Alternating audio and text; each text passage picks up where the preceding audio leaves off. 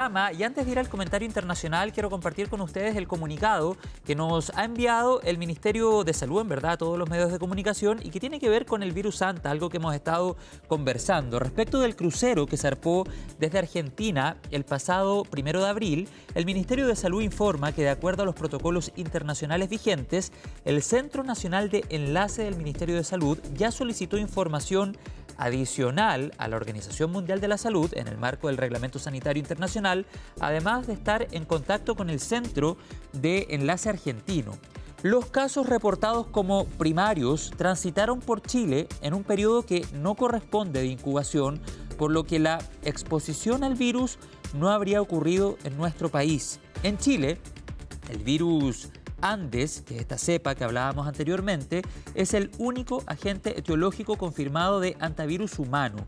Su reservorio corresponde al ratón de cola larga, especie presente entre las regiones de Atacama y Magallanes. Asimismo, es importante señalar, dicen desde el Ministerio de Salud, que a diferencia de otros antivirus, el virus Andes puede transmitirse excepcionalmente entre personas en contextos de contacto estrecho y prolongado.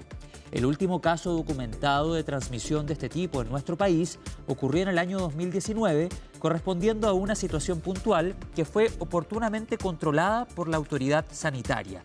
El Ministerio de Salud mantiene vigente una alerta epidemiológica desde noviembre de 2025 y reforzada en enero de este año, donde se reitera la relevancia de la vigilancia en todos los equipos de salud del país para la alerta temprana y oportuna de los casos, además de intensificar la comunicación de riesgo. Finalmente, desde el Ministerio de Salud señalan lo siguiente: ante fiebre, dolor muscular o dificultad respiratoria con antecedente de exposición en zonas rurales, silvestres o de trabajo al aire libre, se debe consultar de inmediato a un médico e informar dónde estuvo para hacer la trazabilidad eventualmente.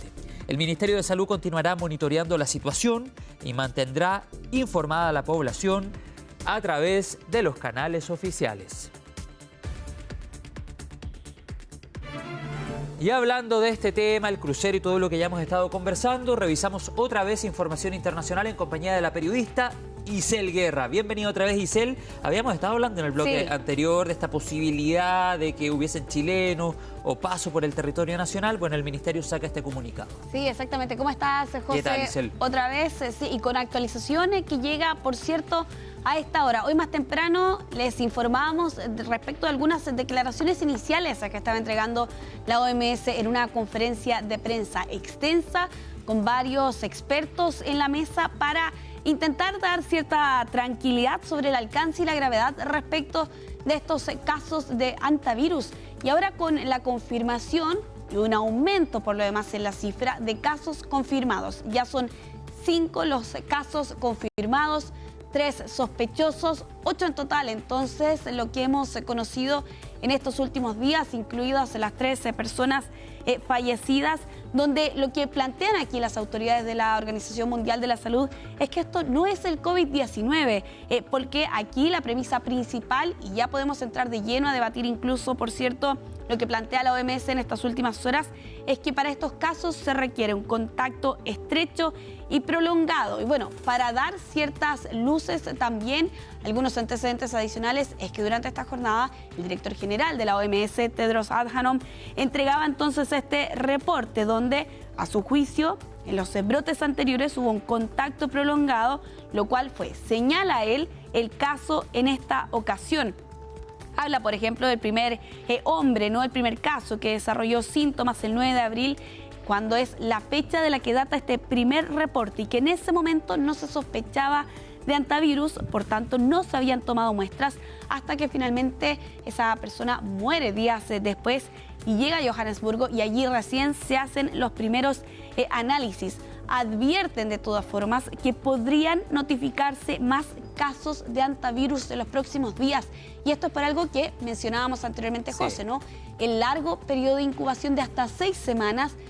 Según el estudio que conversábamos hoy más temprano, se hablaba de 2 a 3 semanas en la cepa Andes. En esta cepa, claro. Exactamente. Y por tanto, eso, advierte la OMS, es un factor fundamental para eventualmente ver más casos confirmados o sospechosos al menos en los próximos días. Claro, existe una ventana de días ahí lo suficientemente larga, y lo decimos así, para que eventualmente puedan existir más casos, a diferencia de otros virus, de otras enfermedades donde la incubación es más rápida. Exactamente. Aquí, de hecho, la OMS reconoce que tiene conocimiento de informes sobre otras personas que actualmente estarían con síntomas, pero no son sospechosos o más bien no son confirmados. Hasta este momento es el caso de esta azafata que hablábamos hoy más temprano.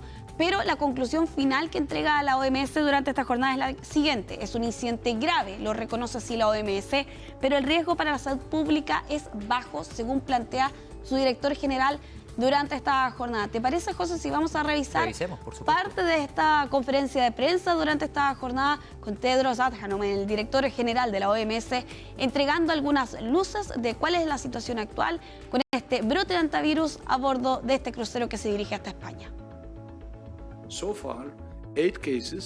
Hasta este momento, 8 casos han sido reportados, incluyendo 3 muertes. 5 de los 8 casos han sido confirmados como antivirus y los otros 3 se mantienen como sospechosos. La especie de antivirus que está involucrada en estos casos es la cepa Andes. Esta fue encontrada en América Latina y es la única especie conocida capaz de contagiar entre humanos. Ninguno de los pasajeros restantes ni la tripulación son actualmente casos sintomáticos. La OMS está en conocimiento de reportes de otras personas con síntomas que pudieron haber estado en contacto con uno de los pasajeros. Debido al periodo de incubación, que puede ser de hasta 6 semanas, es posible que más casos puedan ser reportados.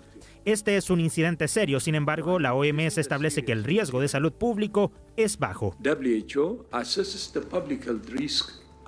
Bueno, y también el riesgo es bajo, señalaba Tedros Adhanom durante esta jornada, para los habitantes de Canarias, las islas de Canarias, que es hasta donde se va a dirigir entonces en los próximos días el HV Ontius, que es precisamente esta embarcación que en estas últimas semanas ha estado recorriendo desde Ushuaia, en Argentina, diferentes islas en el Océano Atlántico. Están viendo ustedes allí la imagen en vivo, esta especie de rastreo satelital de la actual posición que tiene precisamente esta embarcación, que en algún momento llegó a tener unas 170 personas a bordo entre los tripulantes y los pasajeros, pero que hubo un desembarco hace algunos días atrás de una veintena de ellos, casi 30 personas aproximadamente, y con el resto, estas casi 150 personas que todavía están a bordo de esta embarcación. Ojo, ya para ir cerrando aquí, entonces lo que hablan es de un contacto estrecho y prolongado, pero eso difiere, y que era algo que hablábamos más temprano respecto a este estudio del 2020, que hace alusión a uno de los brotes que ocurrió en Argentina en 2018, donde unas 30 personas aproximadamente resultaron contagiadas, 11 de ellas perdieron la vida en esa oportunidad. Vamos a cambiar de tema, vamos a estar actualizando, por cierto, esta información durante toda esta jornada, pero vamos a hablar de esta reunión entre el secretario de Estado, Marco Rubio, y el Papa León XIV, que se reúnen semanas después de estas tensiones que vimos entre el líder de la Iglesia Católica, nada más y nada menos que el presidente de Estados Unidos. Rubio llegó hoy a Roma en la víspera del primer aniversario de León como Papa. Se dirigió hasta el Palacio Apostólico, que es la residencia oficial del líder de la Iglesia Católica, para reunirse precisamente con el Papa León XIV. Y aquí, previo al viaje, Rubio ya entregaba algunas declaraciones. Desestimaba que fuera un intento de restablecer las relaciones diplomáticas, esta visita, este viaje para reunirse con León XIV, pero de todas formas reconocía, hay mucho que hablar con el Vaticano, particularmente respecto de la situación en Cuba. Y claro, un periodo histórico de tensión, por cierto, entre León XIV y la administración norteamericana, con críticas extraordinarias de parte de Donald Trump a León XIV, que de hecho es el primer papa estadounidense en los 2000 años de historia que tiene la Iglesia Católica, ¿no? Y con el sumo pontífice, que expresó su oposición a la operación militar estadounidense en Irán. También ha sido bastante crítico, por cierto, respecto de la situación migratoria en Estados Unidos. Ha sido un defensor de los refugiados y de los migrantes, y en algún momento señaló ante la prensa, y seguramente, José, tú lo recordarás, que no tenía ningún temor de la administración norteamericana. Sí, claro, por supuesto. Parte de esas declaraciones en su minuto. Es un importante encuentro, como tú decías, Isel. Quedaremos atentos a reacciones que pueda dejar esta reunión, sobre todo luego de los dimes y diretes, publicaciones en las redes sociales, entre el gobierno de Estados Unidos, particularmente la figura del presidente, ¿te acuerdas de esta imagen con inteligencia artificial? Y el líder de la Iglesia Católica. Por ejemplo, esa imagen que daba la vuelta al mundo y que había publicado el propio presidente de Estados Unidos. Vamos a ir cerrando esta revisión internacional con este documento que ha sido publicado por un juez federal de Estados Unidos respecto del caso de Jeffrey Epstein, ¿no? Y la liberación de diferentes documentos, entre ellos lo que están viendo ustedes allí a pantalla dividida, una supuesta carta de suicidio de Jeffrey Epstein y que fue desclasificado el día de ayer. Ojo, este documento es sin verificar, sin fechar, tampoco está firmada por Jeffrey Epstein, pero está incluido en el expediente judicial. Todo esto porque un antiguo compañero de celda afirmó haber encontrado esta nota y que por lo demás permaneció el público por prácticamente casi 7 años.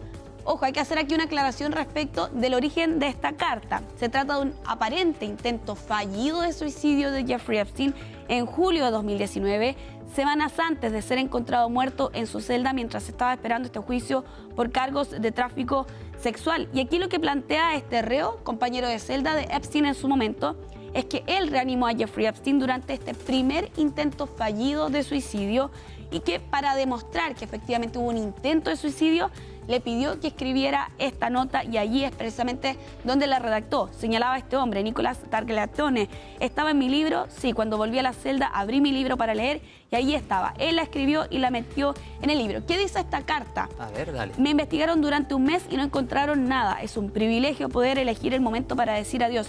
No es divertido, no merece la pena.